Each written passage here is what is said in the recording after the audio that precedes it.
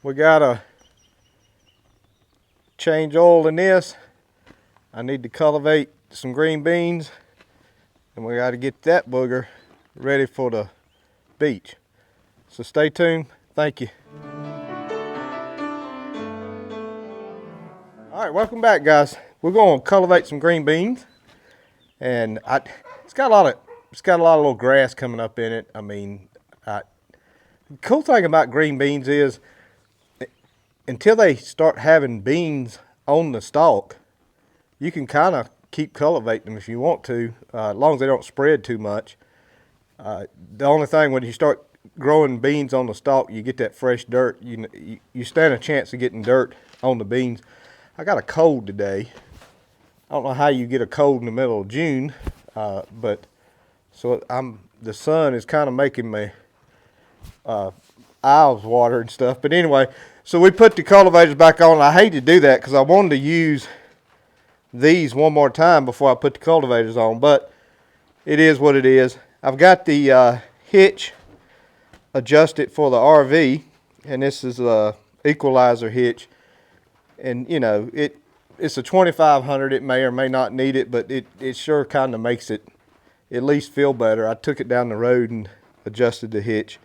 But so we're gonna get that truck out because I need to change the oil. It's got about 5,000 miles on it. Now I changed it at exactly 1,000, and then I've drove it like it's 5,300 miles on it. So I've drove it 4,300 miles.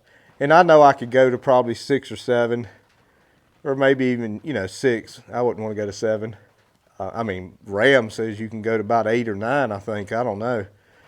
But I just don't want to quite pull a load to the beach without a good fresh oil in it just yet. Just in case there's a little more break in there. I was going to wash it, but I told my wife, I said, I ain't going to wash it because I just have this complex when I go to the beach and that thing sits down there and it gets what I call salt mist on it for a week. First thing I do when I get it back is I wash it. So we're just going to wash it then and wash the RV then, and it'll be ready for the next time around. So let's do that. I need to get my oil bucket. Have you seen it, Will? Oh, there it is. So while we're cultivating in a minute and looking at the beans, we'll be letting this dry. So let me back this thing out of the shed.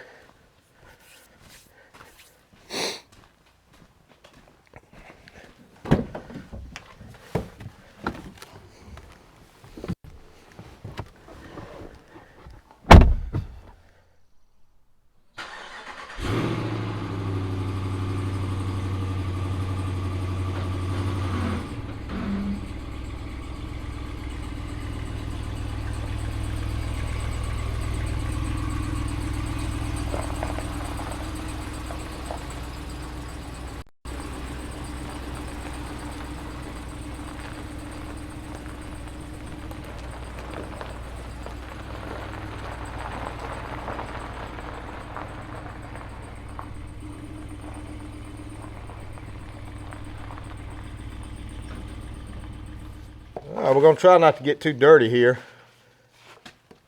The cool thing about this truck is I can actually get down to it without having to jack it up.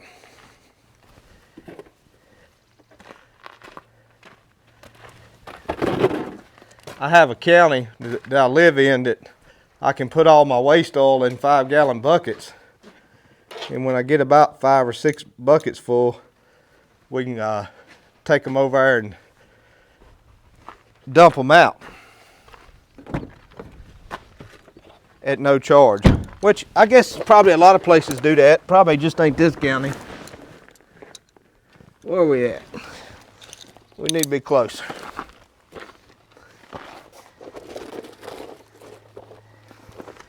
Yeah, I guess this would be what would be considered shade tree mechanics.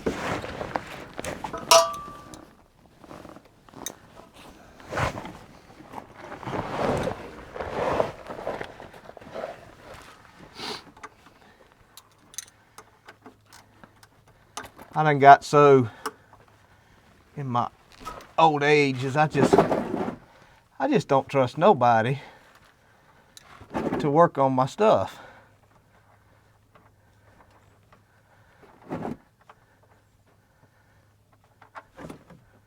Woo, yes sir. Oh, I got one drop on my hand. All right, she's draining good. We'll let her drain.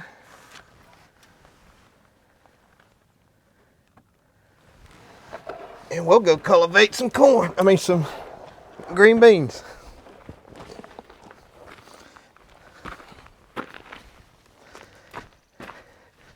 Getting too old for that.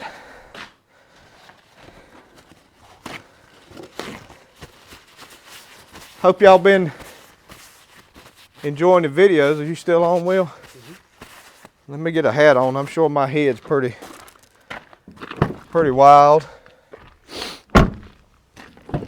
Won't be long, we'll be doing some canning.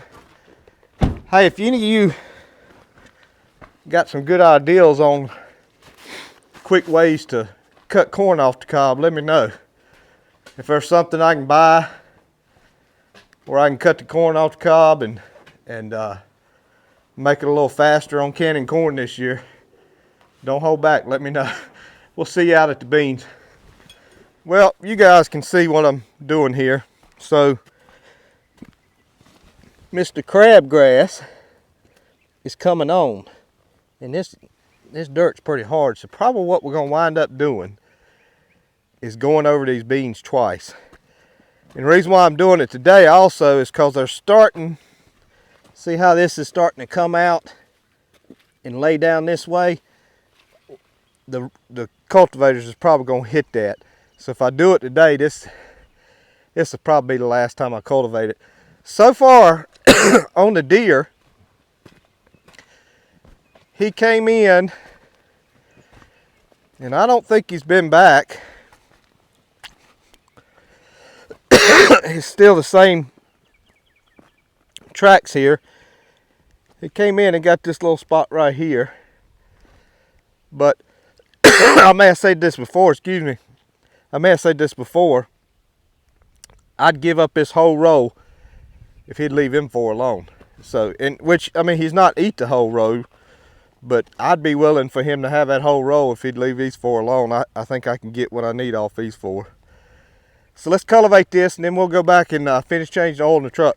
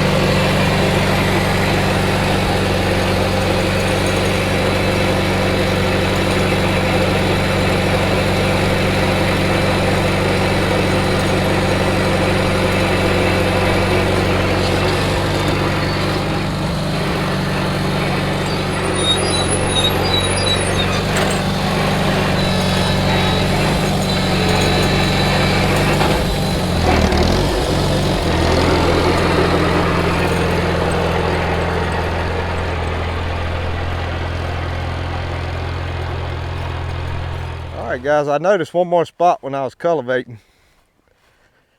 Looks like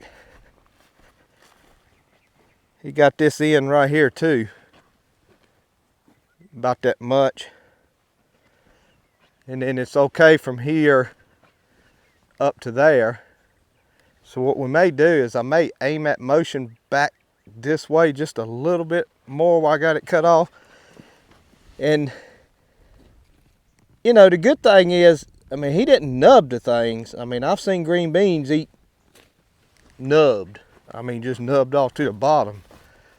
So let's hook this back up.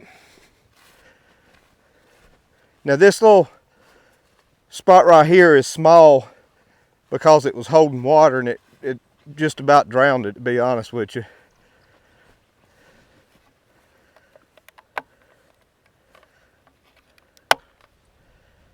All right, that should help it a little bit. All right, we'll hook it back up.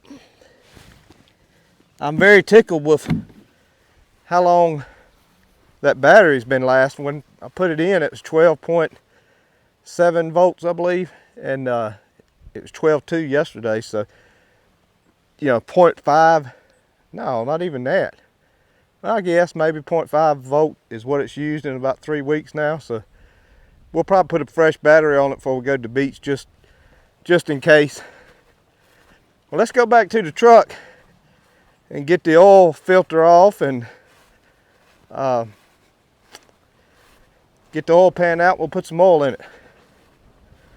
All right, I didn't put y'all through the oil filter and the plug, but we got that back in. Every time I put an oil filter on, man, I'm like, okay, is the gasket on there? Gasket on there? Is the gasket on the old one as well as the new one?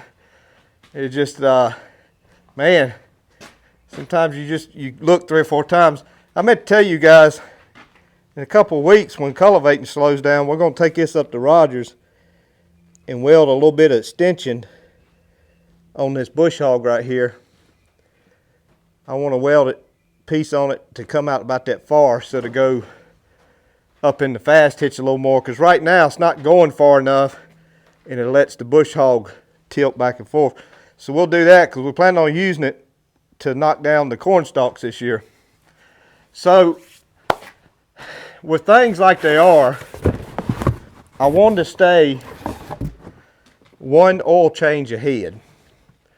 So like right now, what I'll do is I'll see if I can order another case of this oil. So it takes 7 quarts and there's 6 in there. So I order another case, and I still got 1, 2, 3 more oil changes of the extra one I need. So we'll get this one. I can't remember which one's the older one.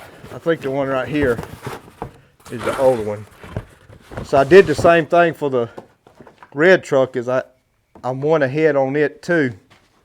I'm just you know, just afraid you're gonna wake up one day and say, well, we can't get no oil, the gas is high, you know, whatever excuse they come up with at the time, I guess. And yes, I say it like that because I am a little bitter about it, because I just don't really think it's no reason for it to be where it's at right now. This truck, and I did a little video on it when I got it, and I don't know, guys, if I said or not, but this truck is a culmination of, guys, I'm 6'1". I gotta find something to stand on. We'll be back in a second. All right, we'll try this 6x6 here. Man, I tell you, that thing is higher, taller than you realize it is.